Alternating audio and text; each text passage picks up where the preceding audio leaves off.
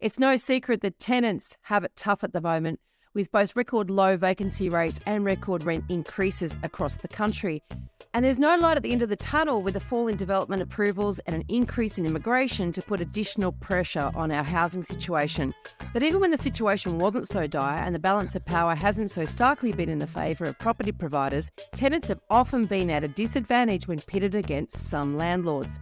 Some states have been introducing legislation to increase tenant rights, but with or without this intervention, the lack of security resulting from short tenure residential leases has long been an issue for those who rent, whether that be by choice or by circumstance. What will happen to tenants' rights now that we have this chronic rental shortage? Welcome to The Elephant in the Room. This is the podcast where we love to talk about the big things in property that never usually get talked about. I'm Veronica Morgan, real estate agent, buyer's agent and buyer's agent mentor, co-host of Foxtel's Location Australia, author of Auction Ready and co-host of Your First Home Buyer Guide. And I'm Chris Bates, mortgage broker, recently ranked number 5 in Australia out of over 18,000 brokers in the annual MPA Top 100 Mortgage Broker Awards. Before we get started, I need to let you know that nothing we say here can be taken as personal advice. We always recommend you engage the services of an appropriate and experienced professional. Today we've invited Leo Patterson Ross, CEO of the New South Wales Tenants Union, to join us and discuss how tenants are impacted by current market conditions and whether he can see a light at the end of the tunnel. Leo has worked in housing, justice and community development for 15 years, with over a decade in various roles at the Tenants Union, stepping up as CEO the day COVID eviction moratoriums were announced in New South Wales. What a gig. He brings together social work training, frontline advocacy experience, and a pragmatic approach to seeking solutions that work. Leo is committed to assisting renters and speaking about the experience of renters in New South Wales. Now, thank you so much for coming along today, Leo. This is a perspective we haven't covered in depth before on this podcast, so it's high time for this important conversation. So welcome. Thanks so much for having me. Leo, it's good to have you on. I mean, just the Tenants Union, I guess, give you a context of sort of what you guys do and, you know, the role you play within the process and, and some of the results you try to get for the people that, use your services, I guess. Yeah, so we actually wear a few hats. We are a specialist legal centre, so we actually do run our own public interest litigation. We advise tenants directly. But our biggest activity is supporting a network of about 100 tenant advocates across New South Wales in 19 different services. And they talked to about 40,000 tenants in the last 12 months about various renting issues. So everything from eviction and rents to repairs and bonds, we see it all. The Tenants Advice Services are independent organisations, and we provide them with training, with legal support, and with organisational support. And then we also are really the key stakeholder in government processes and in the broader community, in media and so on, speaking on the behalf of renters. And so we also hear a lot directly from renters about their experience, even if they don't have a particular legal issue that they're coming for support with. So yeah, we have a few hats that we try and wear all at the same time. That 40,000 tenants that have been assisted in the last, did you say, a year? Yes. Is that an increase or is that sort of normal?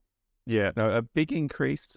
We are seeing a lot more calls about rent increases, a lot more about no grounds evictions as this pressure rises. So we had been averaging sort of about 25 to 30,000. It's really shot up over COVID.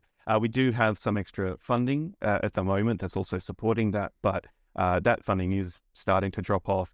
And the client numbers aren't. Well, I mean, it'd be interesting just for, because we've got people on both sides of the coin here. You've got people who are renting and maybe they're investing elsewhere, or maybe they're renting and they're trying to save for a home, or maybe they're renting out their home to a renter and they're renting something. Renting, you've got to be part of the rental market at some point, and even family members and et cetera. So, or you're an investor and you've got tenants. And so you really need to know the legislation. So, I mean, I guess the eviction sort of process, what is that in New South Wales? And how has it changed, throughout COVID and with all these major rent increases, is that really fair when you get a major rent increase and that forces you to get evicted? You basically evict them through a rent increase.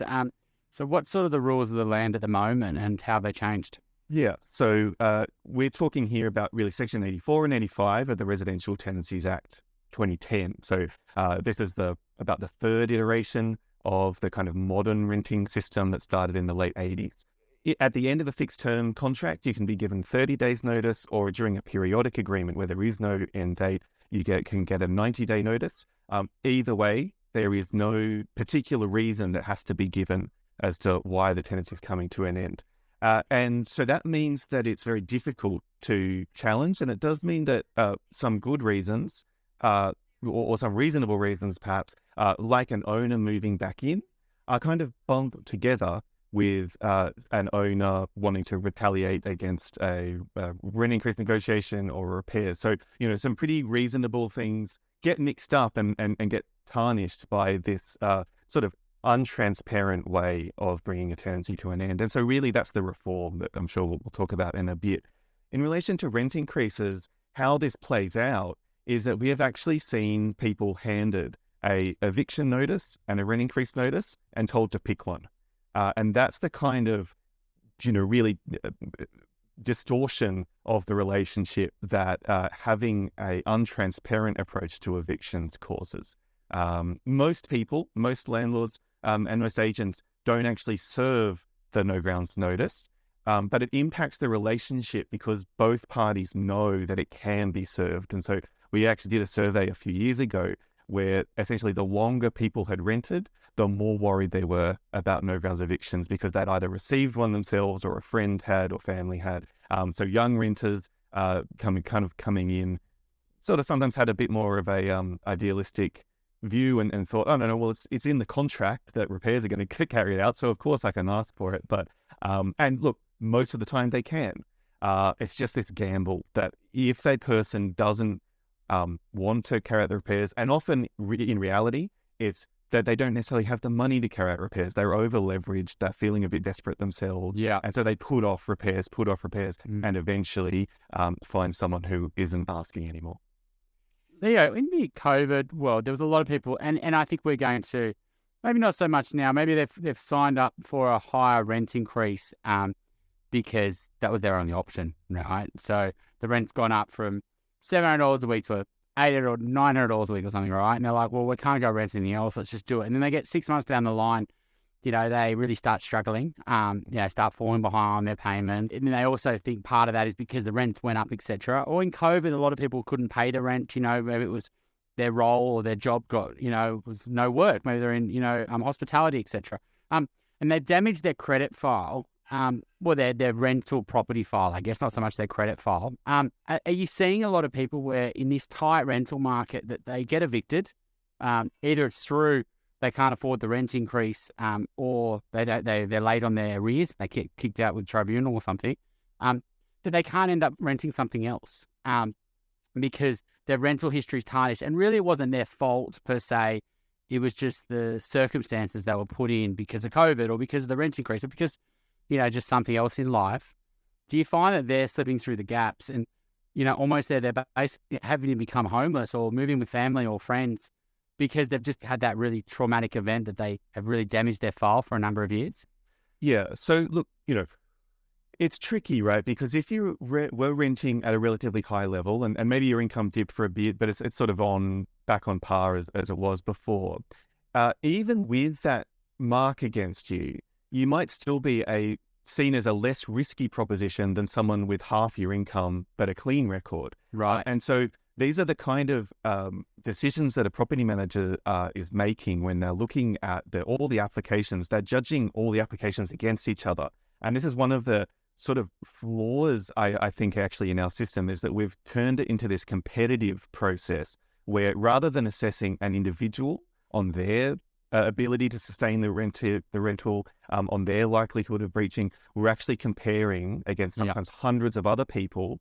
And that means that sometimes judgments are made.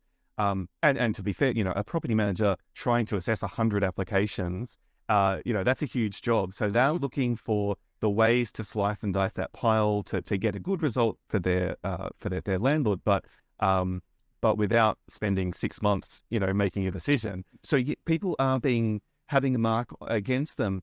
And then there's this question, okay, well, if you're in the databases because of that, but actually you're still generally a pretty attractive proposition, how much value are the databases bringing? They're an indication of potential risk, but there's actually, I don't think that we've seen good evidence that they're necessarily that predictive of how well a tenant is going to go, because obviously someone might never have been in the database and things can go wrong.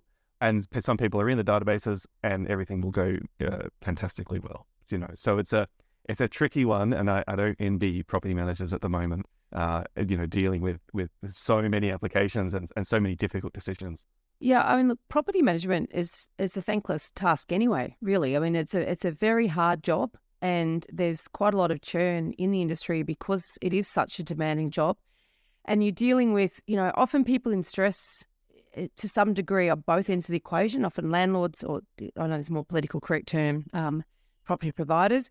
At one end, the client, and then they've got the tenants at the other end. And there's often been this sort of, almost adversarial, this sort of, it's almost like in our DNA that we just expect tenants and property providers to sort of be at odds with each other. Whereas in reality, as an investor, I want to have a happy tenant. I want to maintain the property. I want to make sure that the tenant has a responsive property manager. That's my approach as an owner of an investment property. I do know that not everyone has that same attitude. I get that.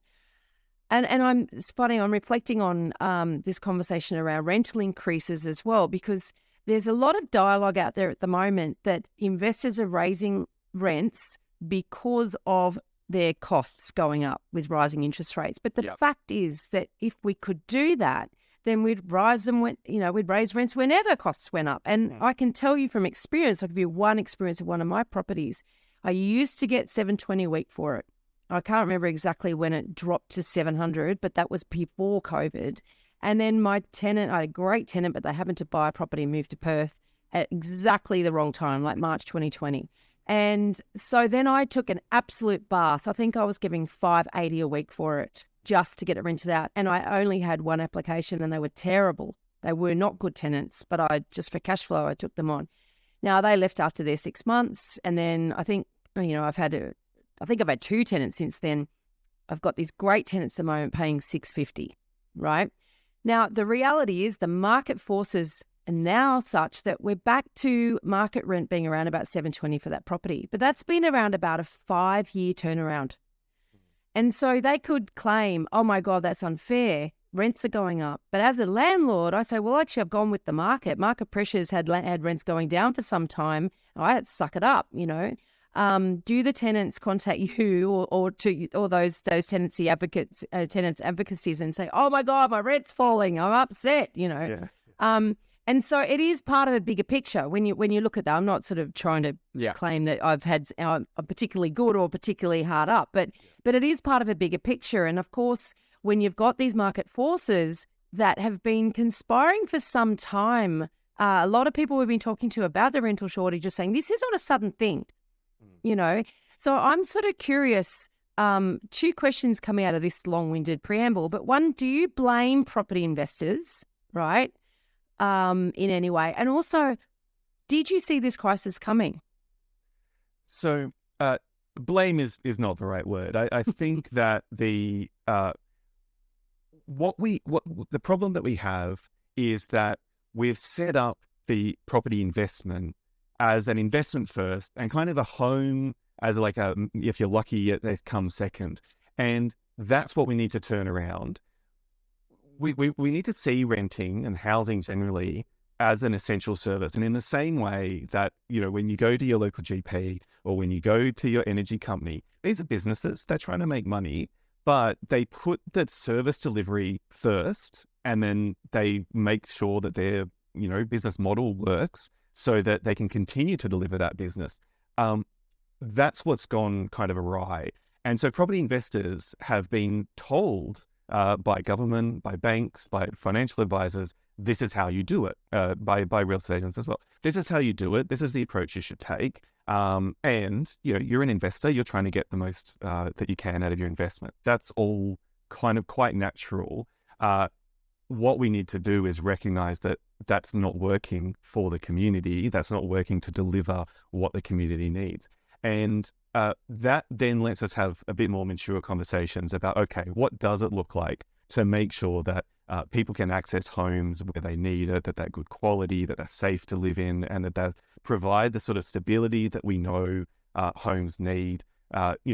Just at a mental health level, there was a good study a couple of years ago now that showed that an owner-occupier who stays in place for 6 years is, if that's the baseline for mental health, tenants need that 6 years to be at the same level. The average tenancy in Australia is about 18 months. So you can imagine the kind of the pressure just on your sort of well-being of moving 4 times, in that same period. So we need to have these kind of conversations and say, what are we trying to achieve here? What's the actual outcome that we want? Do we agree that it's homes for people? If we agree on that, okay, how do we finance that? How do we resource it? How do we make that happen? That's a perfectly reasonable conversation to have. And in some instances, the private sector will be able to do that. In some instances, they won't. And that's where government has to step in and either build themselves or look at regulation to kind of make sure that outcome is being met. And I really see it as a balance here. So in terms of the supply, you can address all of these issues by sort of having a tenants market where there's so much competition between providers that they have to go out and make their case to the consumers and say, I'm going to offer you a really long lease. You're safe and secure here. I'm going to repaint the walls. It's going to be beautiful. What color would you like? Do you have pets? Do you want to bring them in? That's a tenants market where tenants are being sold to. We haven't seen that. And I mean, certainly not in my time. And I really don't think we've seen it ever. That's the dynamic. And that's what we expect in other areas. So if you think about even food, which is an essential service, but very market-based, very free, there's no kind of really strict regulation around it. And we see the food providers competing with each other and saying, please come to our store. We're going to give you this deal. We're going to cut prices. We're going to do such and such. That's what you can do with supply. If that's not the dynamic, that's when you need regulation. So the more we build, the more we get to that, the less regulation you need to achieve the same result. I don't think it's realistic to think that we're going to build at that level because what that means in reality is that you probably have this quite large surplus of properties that are very attractive to live in. They're in good locations, all that. But no one wants to live in them because they've got so many other options. And that's what produces that market dynamic. That's a huge amount of construction material alone, let alone investment in a thing that people aren't going to live in. And so we're going to need regulation. We need reasonable regulation to achieve that same result. What's missing is a conversation that has a shared outcome from all the different stakeholders. We're talking across purposes. Renters are looking for a home that they can rely on, and investors are looking for a return on an investment. And they don't have to be incompatible, but currently they sort of are. Yeah, I mean, there are a lot of the challenges with the way we build the housing system is there's the owner-occupied demand, and it's people who want to live in their homes, and that drives the market, right? Ultimately, people who are renting, a lot of them want to get into the owner-occupied market, so they don't see themselves as long-term renters. Like, they see the aspirational part of them says they're only doing it for a period till they can save, or it's a life stage sort of thing. It's in your 20s, or and then there's obviously people who are at other stages as well. The problem is the way that we build the housing system is that we've relied on the private sector to fund the rental market, right? No institutional investment. There's no super funds. There's no real government. There's very little government support, etc. But I mean, if you could tip the private investors into a property that for investors long term and just 100% looking for investors long term, but also provide a great capital return and great buildings. Great rental returns, etc.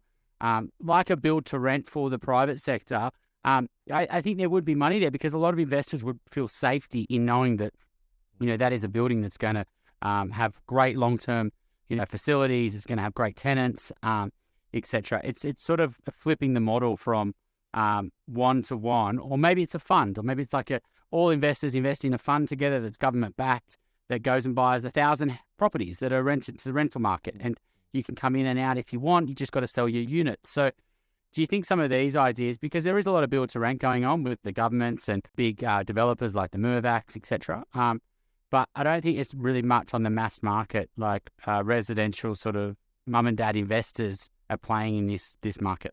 I think one of the challenges is that the reason that people are attracted to property is a little bit emotional rather than purely rational. So they like that there's a physical object. And sometimes it's also that they plan to live in it at some point, or they used to live in it. We see a lot of fluidity where owner-occupied homes move into rental and back again, and they just keep moving back and forth. And so that's one of those challenges, is how do you address that dynamic? But I think, we do need to think about the impact that keeping renting as a relatively poor experience is having on owner-occupiers, because at the moment, the reason people are so sort of aspirational about it is that it's not actually the ownership that they're after. It's the stability, the affordability in age. We can provide that through the private rental sector. We're just choosing not to. And that's actually putting a big premium on owner-occupiers, because they're paying for that stability, that affordability, that they're then competing and borrowing more and more money and being kind of transformed into needing to think like an investor, needing to borrow a huge amount of money and hope that the capital gain over time will work out, that was a wise decision, right? Rather than just going, this is a house that works for me and my family at this point in my life, and I can rely on it. So renters are much more efficient in a sort of kind of allocation, size allocation, number of bedrooms and so on, partly because they can move more easily. There's not that barrier to moving around. And so that's actually something we should encourage as well. There's an interesting sort of dynamic or argument in places like Switzerland, where they actually see that a really high renting population is an indicator of wealth, that they see the cities with high renting populations being the places where the wealthier people are living, and the owner-occupiers are in the regional, rural areas. And they have a very different kind of cultural take on what it means to be a renter, and that then drives a lot of their sort of different policy decisions. Do you know, one thing that's quite interesting I found in Sydney, for example, if you look at Potts Point, Rushcutters Bay, Elizabeth Bay, that little peninsula there, now I'm pulling this out of my head, so I don't have my finger on the data, but over the last 30 years, I read somewhere that as a locale has experienced the highest amount of capital growth, right? And so that contradicts a whole bunch of assumptions and myths around property. One of those myths is that apartments don't go at the same rate as houses because it's predominantly unit stock there. Another myth is that you need to have a higher proportion of owner-occupiers in an area for that to happen. But actually in that area, something like it's around 2/3 rental. So it sort of flies in the face. But what it does have, it's obviously proximity to this city, proximity to the harbour, high degree of desirable lifestyle and transport, but also very established stock. Like there's not a lot of new builds in that area because it's quite dense and it's been obviously developed over a long period of time. So it throws in the face. But in reality, what's actually happening there, because there's a very high income level of people that live there as well, there's also quite a diversity of stock, but you've got some of the most expensive apartments in Sydney are there. So you've actually got there as a little microcosm within Sydney of effectively not acknowledged, but effectively what you're talking about in Switzerland. So we do have it here. We do it, but we don't discuss it or acknowledge it. So that's an interesting one, isn't it? Yeah, and look, I mean, Mosman is actually more than 50% renters, or very close to 50% renters. Like there are these sort of counter examples where because of the closeness to the city, because of the amenity, it is attractive for renters. And ultimately, we are talking about that supply and demand feature. So if you make a place something that is accessible, that people can actually find a home in, they're going to come there, and it is very likely to attract capital growth and probably rent pricing as well. I mean, Sydney is an interesting one because unlike a lot of other cities, we haven't really maintained, and there's certainly been a shift even within Sydney, of the inner city being something that lower income households were living in it, and higher income households were further out because you could get bigger blocks, you could get bigger land. And we did see that very briefly during COVID, that the people did leave the city, and it became less attractive. And we then saw, pretty decent rent decreases as a result. But it's interesting that we also have a different approach to it, how a lot of other cities around the world have gone, where that inner city has become more and more for higher incomes rather than lower. It's interesting what you're just talking about there, Leo, in terms of what happened in COVID in the inner city Sydney. And I know Melbourne had the same issue, probably Brisbane did too, where people effectively evacuated the city in many ways. And obviously there's a lot of overseas students as well that went back home. A lot of hospitality workers that moved home, and the vacancy rate in inner city Sydney, I think, hit something like 13% at one point. Now, obviously, that's reversed quite significantly. But, it's back to this sort of idea about our system and how we actually support the provision of housing, because individual landlords or property providers or investment property owners, they cop the hit, right? There's a moratorium on renting, on evictions, so no one could turf out a tenant if they weren't paying. But if the tenant left, or even if they weren't paying, the owner of that property had to find a way to manage. Now, thankfully, interest rates, dropped down to the official rate was 0.1%, whatever. There was some support in that regard. But, in terms of who bears the risk for providing these properties, that individual owner is the one sucking that up, right? And the tenant's able to go, you know what, there's a key, see you later, with very, very little cost to them. And I get that. I'm not saying, those terrible tenants and those poor landlords, I'm not saying that, but I'm just talking about the inequity that sometimes the pendulum swings from the tenants really being hard done by right through, and that was a great example of really, I guess, the susceptibility to things like that happening, and then the owner of the property is the one really bearing massive financial risk there. And of course, because our country, our governments have sort of shirked responsibility in terms of provision of a lot of affordable housing, that responsibility has landed on the shoulders of individual investors.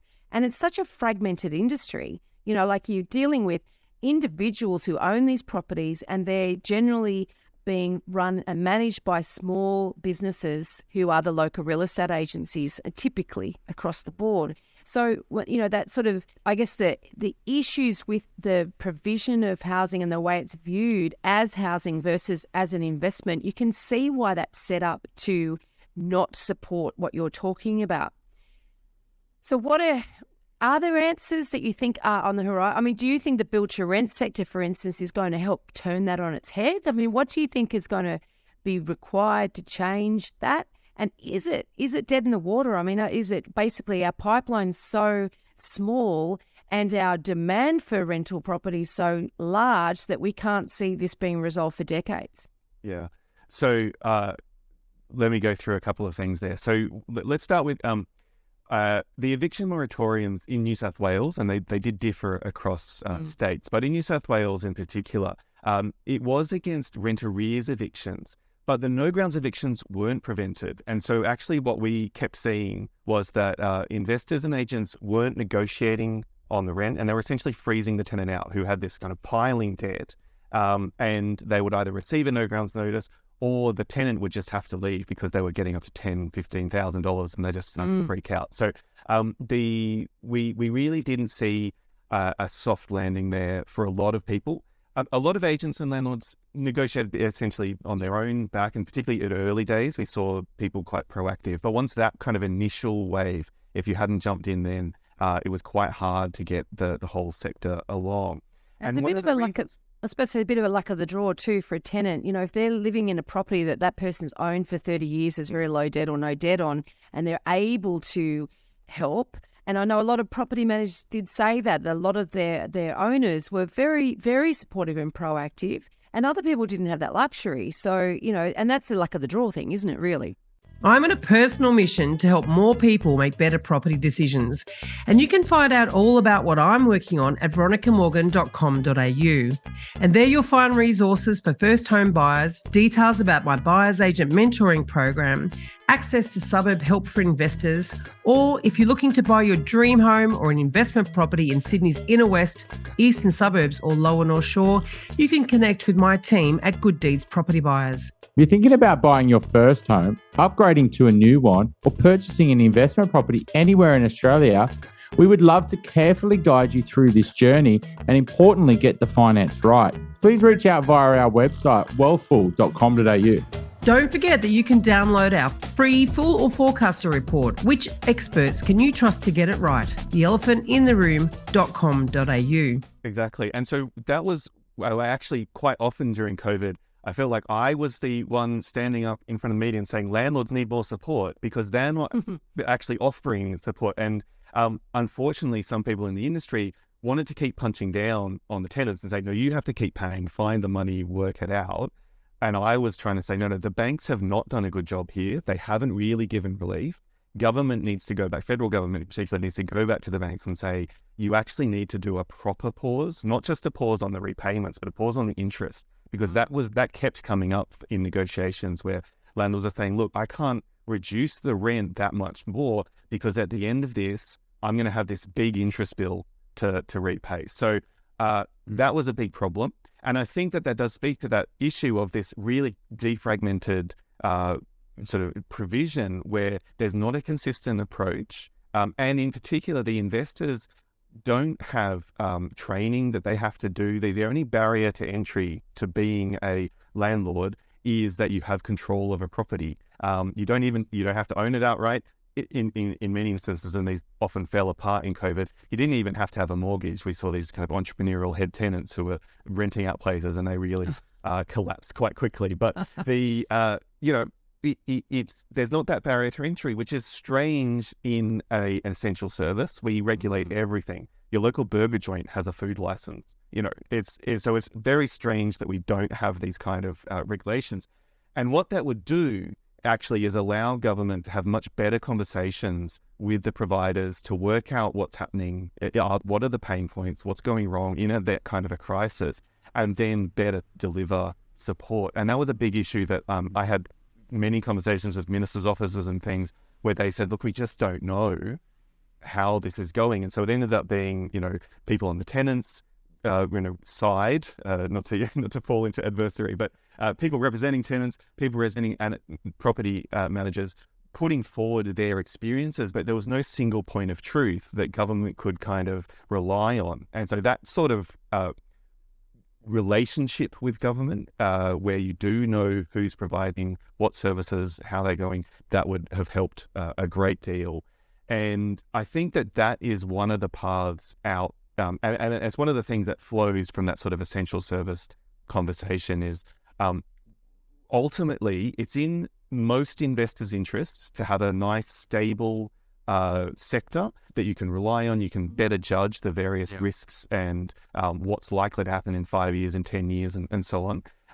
And the counter sort of balance to that is that tenants also have that stability. They know that they can rely on the property. They know broadly where their rent's going to go. And so they can plan their lives as well. And that would be in everyone's interests. It would come at probably a reduction in the level of profit that's being made. And I think that this is something that's often sort of missed, is that there is the same risk and reward sort of that every business takes. And we have made investors, as well as owner-occupiers, take on quite large risks, but they're getting quite large rewards. So when you leverage a property with a 20% deposit, the return on your investment isn't the difference between the purchase price and the purchase price when you sell, or sales price. It's the change in equity.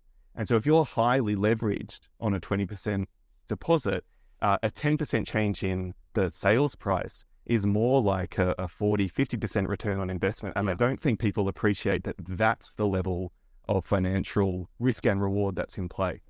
I would argue it's even a lot more than that, Leo. I was going to ask you a question around the fighting the system, right?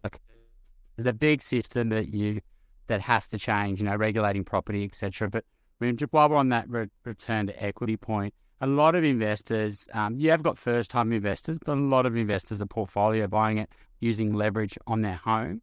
And so all they're really outlaying isn't any deposit. They're only outlaying the negative cash flow they're holding that property. So that negative cash flow, because of things like negative gearing, etc., might only be 10 grand a year, right? And so it might be 10 grand a year for the first 10 years. Then hopefully after the first 10 years, rent's gone up enough and your mortgage was the same, and then you're potentially not costing you anything, right? So, for that 10 grand a year that they're investing, they might be in that scenario owning a $1 million plus property. And, if that $1 million property, goes to 1.1 or 1.2 or 1.3 million, well, that 10 grand a year has got them that hundreds of thousands of dollars of growth. And I think that's, a lot of investors don't understand that, to be honest. They don't even understand that really what drives their property investment is the negative cash flow. So as long as they can afford that, and potentially paying down the mortgage with principal and interest, etc. But that's really the best structure that investors should be using. And so it's highly enticing if that negative cash flow is offset by capital gains. And a lot of taxed. And that's where a lot of investors go wrong, because they actually don't buy a property that actually gives them that capital gain, which is one of the reasons. One of the things that feeds into our crisis at the moment is quite a lot of investors finally in 2021 thinking, finally, I've got some capital growth, I'm getting out. Yeah. And that's because they bought investments that didn't deliver on all of the things you're just talking about, because that's ideally why you should, what you're after when you should be after when you're investing. And that, it's a problem. But actually that sort of feeds into a question I got for you, which I asked earlier, but we sort of got waylaid, which was, did you see this crisis coming? Yeah. Because that's one of the inputs, but there's a lot of other inputs. Yeah. Look, this has been inevitable for a long time, because we just haven't made sure that the supply, which is really the mechanism we've relied on, as a society, to continue providing housing, the supply wasn't ever there. We've really in a kind of baked in endemic under availability. So there might be enough buildings, but they're not available for people to move into. They're not at they're not at the quality that people need for homes. They might not be in the locations that work. So it's we really struggle, I think, with a broad overall strategy, and I think this is where you can see some real distinctions between the way that we and regulators approach energy provision, for instance, where there's a huge amount of data and there's a lot of oversight, making sure that all the different players are coming together to make sure that people have energy when they, turn on their power switch. We don't bring that kind of approach to housing, where we're saying to the developers, to the builders, to the purchasers, this is what we need. This is what you're a part of a system that's delivering. And if it's falling down in one area, then we need to pick that up. We need some way to encourage that. And if that's, the development applications aren't being processed fast enough, fine. Like that's a problem to solve. It may not be that that's the actual issue, in place. We need to pour some money into builders' hands to say, look, we've got this empty land. It's not yet commercially viable. So government's going to chuck in some money to make it viable to actually start building. Or we're going to look at the density in different areas.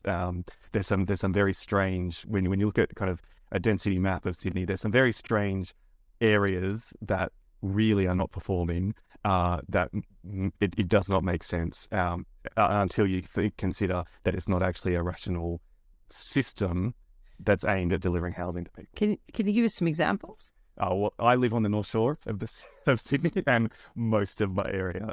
So I live in a townhouse, for instance, and I think that's one thing that we haven't really encouraged enough in Sydney, the sort of missing middle.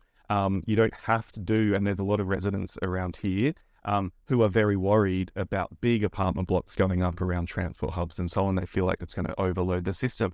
But the problem is that some of the people raising these issues are living a couple of 100 meters away from a train station in a massive mansion.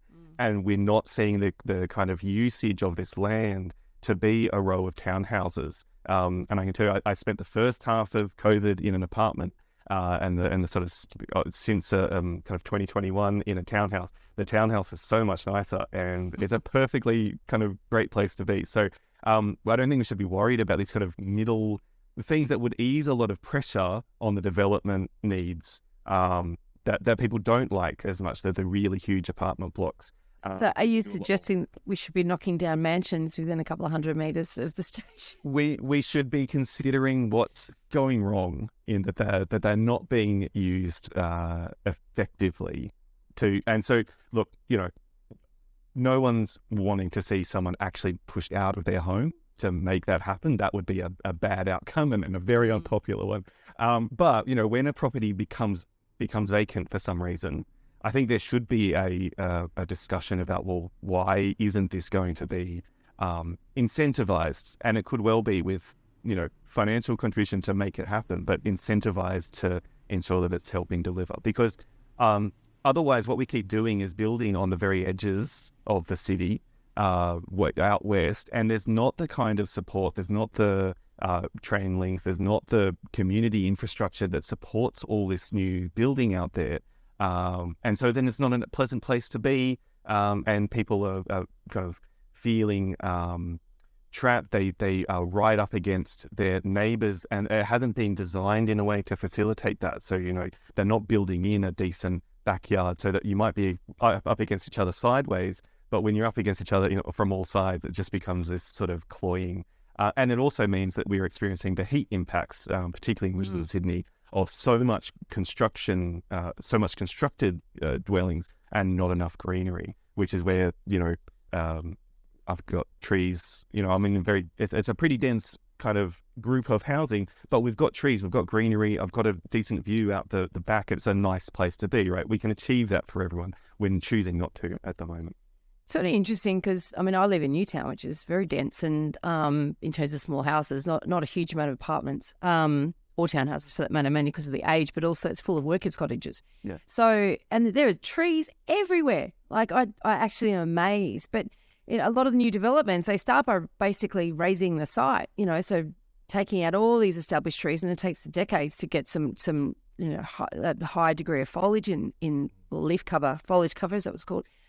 In an area. But there's a lot of infill sites as well that, like you look at Mascot, for example, that was all industrial land, and it's been, there's a lot of apartments there. I'm not in a rush to get in there or encouraging any of my clients to buy in there either, for that matter. But there is that type of development around. And I think you mentioned earlier about the quality of development, the style of development, and, the appeal of a lot of what has been developed. And obviously, we want to get some people on the podcast in coming months to talk about the quality of developments and has that been changing certainly since we had our building commissioner in New South Wales as well. So I hear you that there's not that overarching. The state government does put in place, development control plans. Is it LEPs? No, DCPs. I can't remember which was which, but and then, of course, they hand that to local government. And there's all this argy-bargy because local government's arguing against, what the state wants to achieve, and there's lots of penalties and whatever. But we see a lot of that conflict and none of the cohesion. So I 100% agree with you. And then that's just state-based, let alone national. So, have your priorities changed, in terms of tenant advocacy with this rental crisis? Because I would imagine the problems have changed. So, to a degree, but really, like I said, this has been coming for a long time. We've been in various levels of crisis for a long time, and the basics of the problems have been the same for decades. And so, largely, no, because one of the big problems we have, for instance, is the no grounds evictions, the way that interacts with anything else you want to do with regulation means that if you do it, it won't be effective. So, New South Wales brought in... Right. It's like the get out of jail clause. Is that what you're saying? Exactly. It's the ultimate trump card. And it means that you bring in place energy efficiency standards, or we brought in place minimum standards for some habitability things. If you can be evicted or even you are scared to bring it up, so it's not even that you get evicted, it's just that you're worried about the possible implications, then it undermines those rules. And this was back in 1975, the Whitlam Poverty Inquiries, they covered a whole lot of stuff. There was one particular element of that, which was the Law and Poverty Inquiry that Ronald Sackville, who's now on the Disability Royal Commission, he essentially designed our modern renting system. They had 37 recommendations about how to address the law to prevent deepening poverty, to address some of the imbalances. He interviewed all sorts of people, and he came up with 37 recommendations. Pretty much every state and territory in Australia took up 36 of them.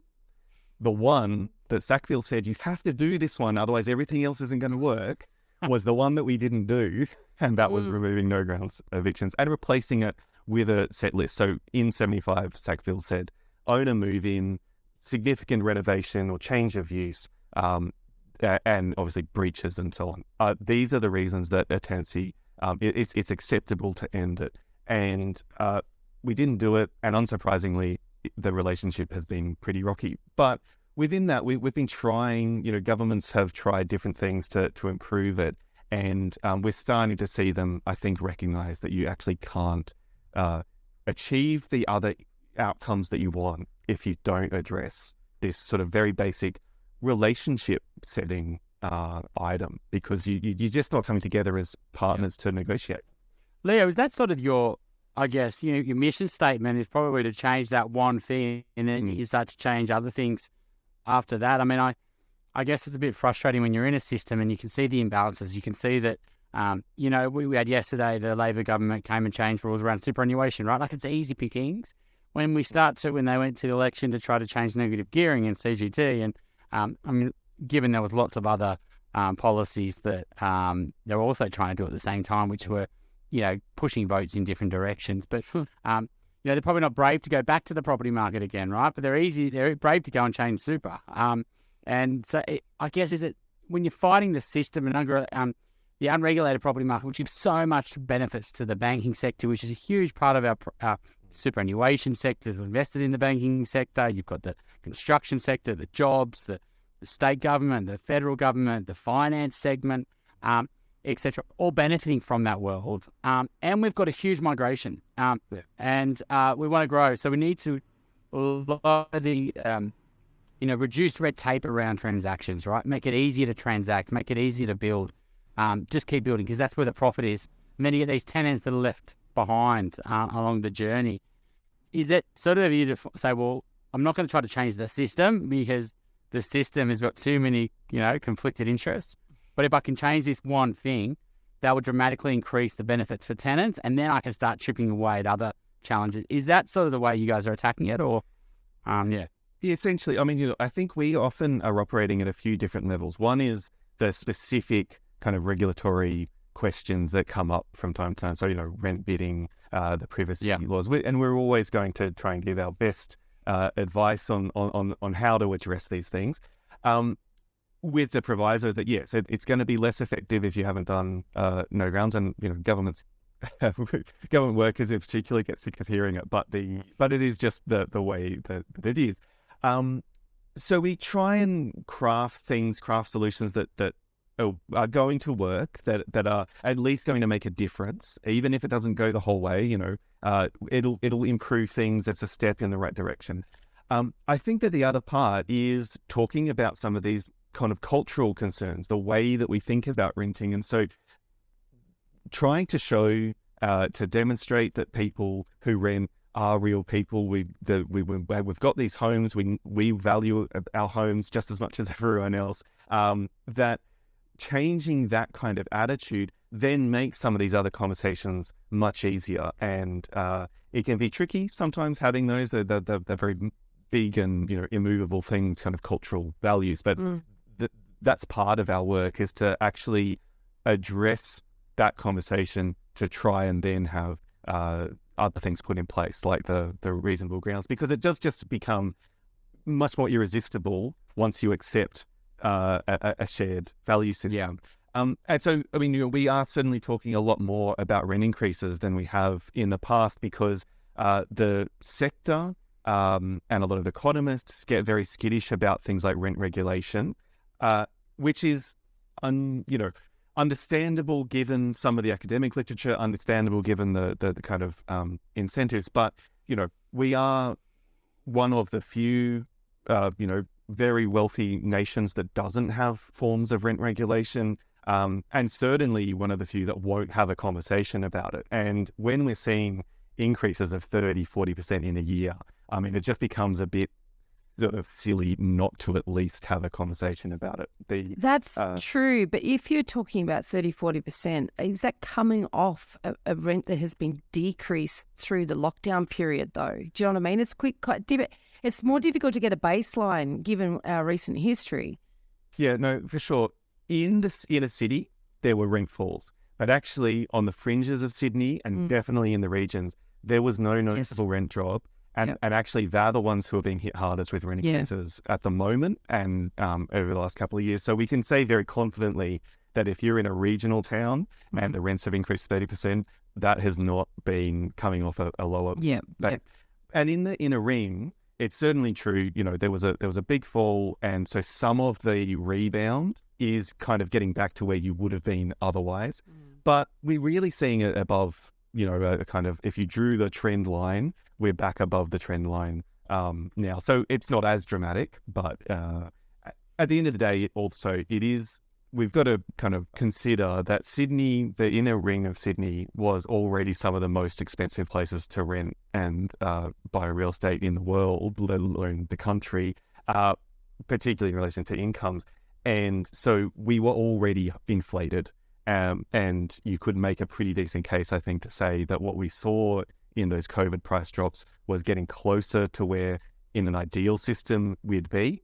The issue, though, for investors is that they're not calibrated for that level of rent. They're calibrated for a higher level of rent. And so it's got to be a relatively sort of calm process to get to a rent level that is working for the community, but also works for the calculations of how investors are approaching things. And almost certainly that means price falls on purchases in the end, whether it's slow and we just let inflation take care of it. But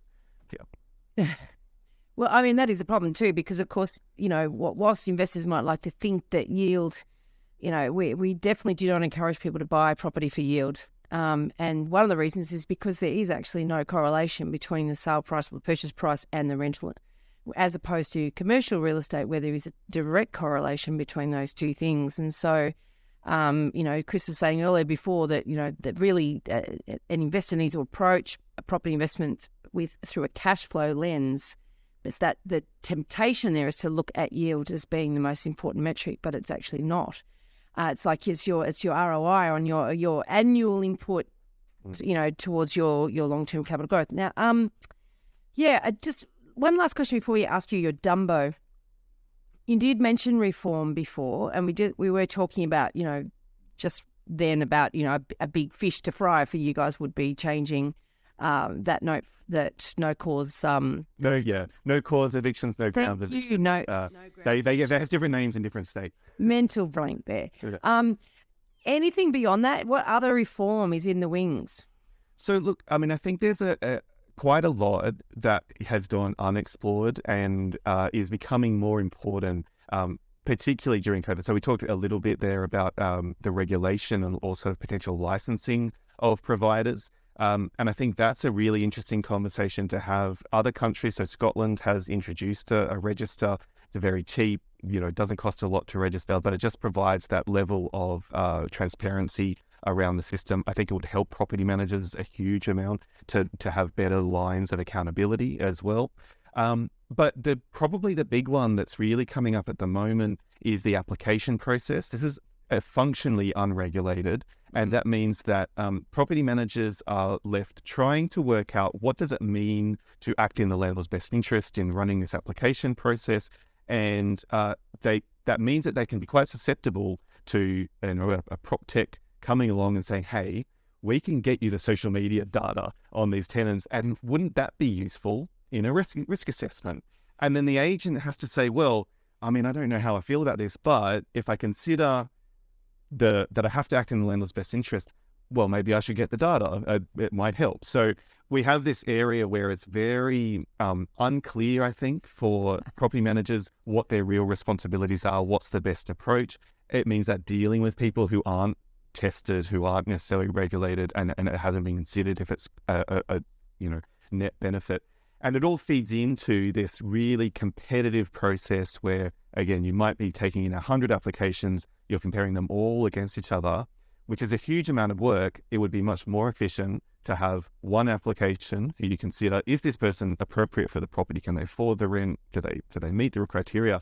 And if you're going to say no to that person, why not? What's the reason to refuse? And that would reduce the workload for property managers. It would also increase the transparency, the understanding from renters of why they might have missed out on a property and so on. And it would just give everyone a much greater sense of what the process is, what they can expect, and then we can better test new innovations that might well help. There's really useful prop tech from a tenant's perspective. At the moment, it's not feeding into a helpful process, and so it feels very invasive and it feels very cumbersome, but there are potential there for wins on both sides. So I think that's a big area that we'd really like to have a conversation about. Interesting stuff, because I know, obviously, like with anything, any efficiency or any new technology that's going to make life easier, the regulators are always behind the eight ball in terms of, well, what are the implications and how does this need to be regulated, and if so, So that is an interesting one, and you can see the temptation just from pure business efficiency. Forget trying to necessarily look after the owner's best interest, which of course they need to do. Property manager needs to do, but just they're also they're in a business. Like if I had 100 applications, I'd be wanting to look at ways to simplify, streamline that too. Otherwise, you got to do it one way or the other, whether you use a device or a prop tech to do that or not. But yeah, I hear you. And it's quite funny because I listen to the prop tech podcast every now and then, and some of the solutions for various problems, I think, oh, that's a very elegant solution, really fully understanding, the problem. And others, I just screaming it when I hear, yelling. It's like yelling at the television, it's like, no, you just got it wrong. But anyway, have you got a property Dumbo for us, Leo? So I've been thinking about this. I think that there's been a few examples of this, but there was one just last week, so I can use the one in the news, or I can talk to one that kind of I experienced myself but wasn't as bad. And that is not listening to renters reporting problems. We saw in the one I'm referring to is a person had spent about 3 years saying, I think the roof is a problem. I think you need to get this roof fixed. And then last week, the roof collapsed on a person sleeping in bed, and there's this awful picture of just tiles, plastery, on top of this person. Oh my God. And now that is comes from, and the agent had been saying, I've been reporting it like that, trying to get quotes and so on, but it comes from this sort of inaction that there's just not an urgency when a person reports a problem, partly probably because the cash involved in fixing a roof can be, pretty excessive. But it means that they then put themselves in the line for some pretty severe personal injury, but they've also got to fix the roof probably at a much greater degree than they would have otherwise. And so my personal example was a balcony where we had said the same thing. We kept saying, look, the wooden's kind of started rotting away. We can't really use it. You need to address this. And eventually it did collapse. Luckily, no one was standing on it. No one got hurt, but the risk was absolutely there. And so listen to renters. Effectively, people renting your home are kind of property guardians. They are caretakers, and everyone is better off if that property is in a really well-maintained state. Oh, 100%. And I love a tenant that brings things to my attention, because I do know that you leave things and they get worse and they get more costly. But the risk, the personal safety risk there is just appalling. I mean, that's just horrific. I'm hoping that person wasn't injured, the one that had the roof collapse on them. I think not so significantly they won't recover, in time. But it was, there's certainly, there is a real chance of a personal injury. PTSD, the trauma. Like having even just the legal side of that for the landlord, right? If there is evidence that the agency has told them multiple times that they need to get this fixed. They have the property manager's tired, right? Like they can't only hound someone so much. And yeah, I mean, there must be some type of legal ability to sue that landlord, right, for not acting ethically and taking care of their tenants. And so I think that's the other thing is that people always need to be careful of, is that something does go wrong, you're opening yourself up where insurance companies won't protect you, right? Because so yeah, that's a great Dumbo. It's good. There is actually case law on the property manager being liable themselves as well, because so there was a case a few years ago now where the glass door had been replaced with a non-compliant door, and the agent knew about it, didn't prevent the owner from installing the dodgy door, and then was found personally liable as well. The agency would have been liable, but the so they can share that accountability as well, which means that it's very tricky. Agents are in a tricky situation if you've got a investor who's not willing to do the work, and you're not so confident in your ability to grow the rent roll and so on without them, that you're willing to dump them as a client, which I know many property managers will. Yes, but I know many that have. Yeah, exactly. For that exact reason, yeah. But if you don't feel confident, then maybe you've there's a question mark, or your licensee saying no, not yet. And yeah, it can come as a risk for everyone. Yeah, and then all I can think of is if they are cast adrift and the property manager says, you know what, you're a liability, I can't look after you, you won't listen to me. The tenant's still a tenant, and there's not a property manager involved. Then it's that's obviously where you guys come involved, right? Yeah, and that's where we get back to that licensing thing, because really the accountability is always on the person who's in that legal contract, who's put the property up for rent. The manager is a facilitator of that. They're not ultimately the person who should be held responsible. But people, we talked around a little bit before, people who are investing do need support to make sure that they know what their obligations are, that they're set up to perform those obligations. And when things go wrong, we've been advocating for a little while about a hardship fund that both landlords and tenants could access to be able to sustain tenancies and so on, so that if there is that cash flow problem, it's not all on the investor to kind of hold the ruins. Yeah. Thank you so much. Really appreciate that chat, Leo. Absolutely. If you have a question that you'd like us to answer in an upcoming Q&A episode, you can send us a voicemail or written question via the website, theelephantintheroom.com.au, or you can email us directly at questions@theelephantintheroom.com.au. If you like what you're hearing, please share this episode with others you feel would benefit. And while you're at it, why not leave us an iTunes review? 5 stars would be great.